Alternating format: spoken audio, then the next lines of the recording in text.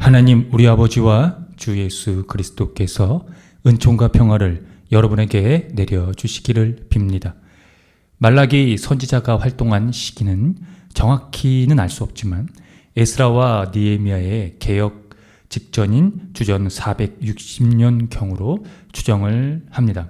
주 내용은 하나님께서 유다 백성과 6번에 걸친 변론을 통해 미래의 심판을 경고하고 신실한 자들에게는 구원을 약속하셨다는 것입니다. 하나님과 유다 백성 사이에 벌어진 이 6차례의 논쟁의 이유는요, 백성이 하나님과 그의 언약을 지키는 것에 실증을 내고 있었다는 것입니다. 그들의 불평을 크게 두 가지로 나눌 수가 있습니다. 하나는 하나님이 자신들을 사랑하지 않는다는 것과, 다른 하나는 하나님이 악과 불의를 방관하셨다는 것이 그것입니다. 그 토대는 사랑하지 아니하셨다고 하는 것은 그들의 그 유배 생활을 하게 됐다는 것이고, 또 하나님이 악과 불의를 방관하셨다는 것도 그 토대에 있는 것은 그 유배지로 끌려가게 했던 그 국가에 대한 그 악의를 하나님이 방관하셨다는 것을 두고 있다는 것이죠. 물론 그래서 그들의 이 심정이 10분 이해되지 않는 것은 아닙니다. 바벨론에서 이 귀환한 자들은 충분히 자신들이 하나님으로부터 버림받았다고 그 환멸을 느낄 수 있었을 테니까요. 그러나 유다가 그 비극적인 그 유배의 쓴 잔을 마시게 된 데에는 언약에 대한 그들의 불순종 때문이었다는 것이죠. 그들은 하나님을 멸시했기 때문에 심판을 받았습니다.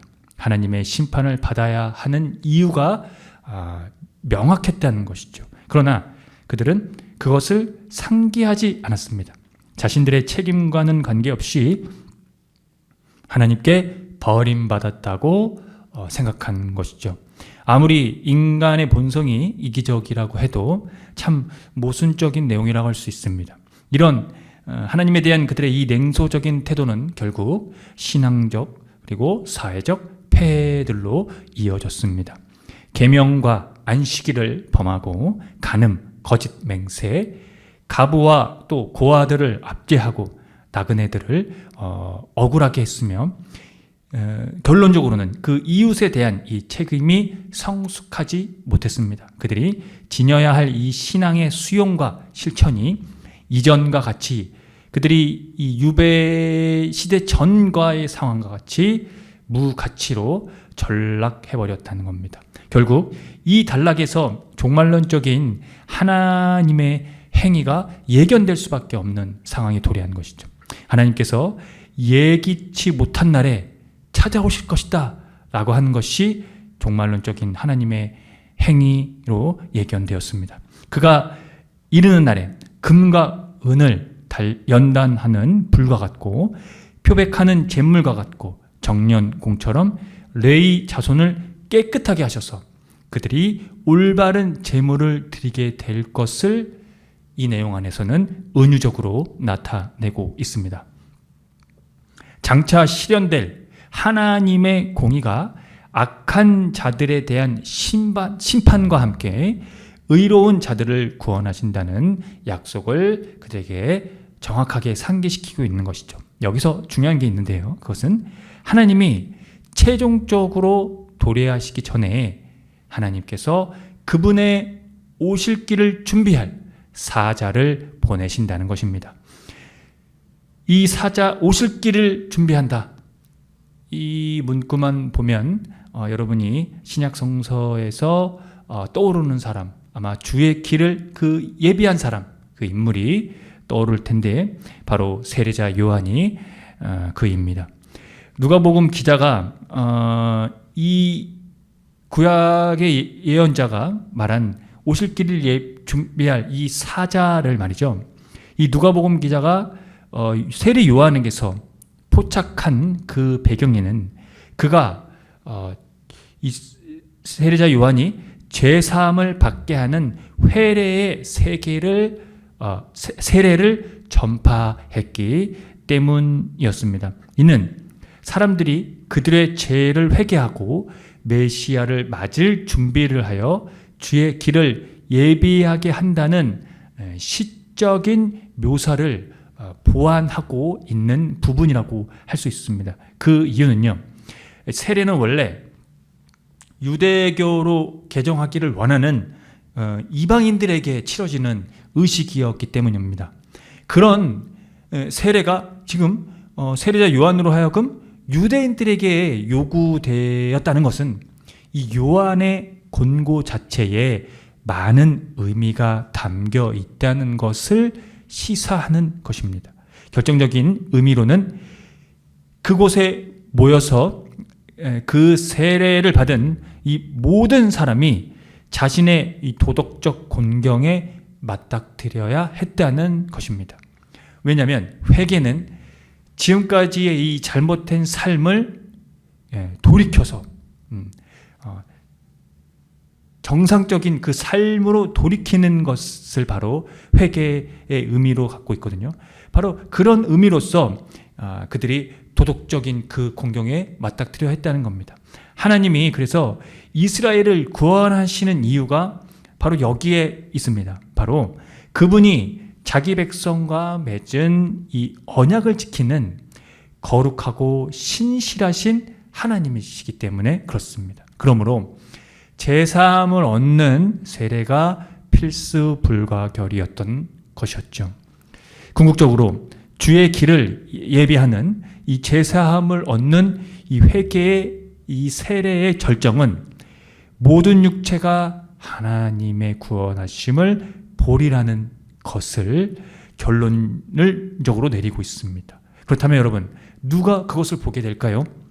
누가복음 기자에 따르면 이 회개의 세례에 참여한 사람과 참여하지 않는 사람에게 동시적으로 일어난다는 사실입니다. 즉 하나님의 구원은 은총과, 그러니까 세례에 참여한 사람 그리고 심판에 즉 참여하지 않은 사람에게 동시적인 사건이라는 것입니다. 그러므로 구원은 단순히 믿는다고만 볼 수 있는 차원이 아니라는 겁니다. 우리의 삶의 자리를 하나님의 나라로 이 돌이키려는 치열한 영적 사투와 같습니다. 그 속성이 현재 우리의 삶이며 동시에 미래적이기 때문인 것이죠. 따라서 하나님의 구원하심은 현재성과 종말성을 동시에 갖습니다. 그 구원하심에서 핵심은 바로 예수님을 메시아로 보는 것과 동시에 그분이 다시 우리에게 오시는 것을 보는 것입니다. 그래서 이 빌립보서 저자는 오늘 그것을 그리스도 예수의 날이라고 표현했습니다. 이것이 초기 교회에서 집중한 기독교 신앙의 근거라고 할 수 있습니다. 바로 예수님을 메시아로 정확히 깨트려 보는 것과 그분이 우리에게 다시 오신다라고 하는 것, 그것을 총괄적으로 그리스도 예수의 날이다라고 표현한 것이죠. 그 기독교 신앙의 근거는 그들에게 그리스도 예수의 날은 바로 교회 실존의 근거가 되었다는 겁니다. 신앙의 시작과 끝을 주님의 나타나심으로 바라본 것이죠. 기독교 신앙의 근거가 바로 그리스도 예수의 날과 결부되어 있다는 뜻입니다.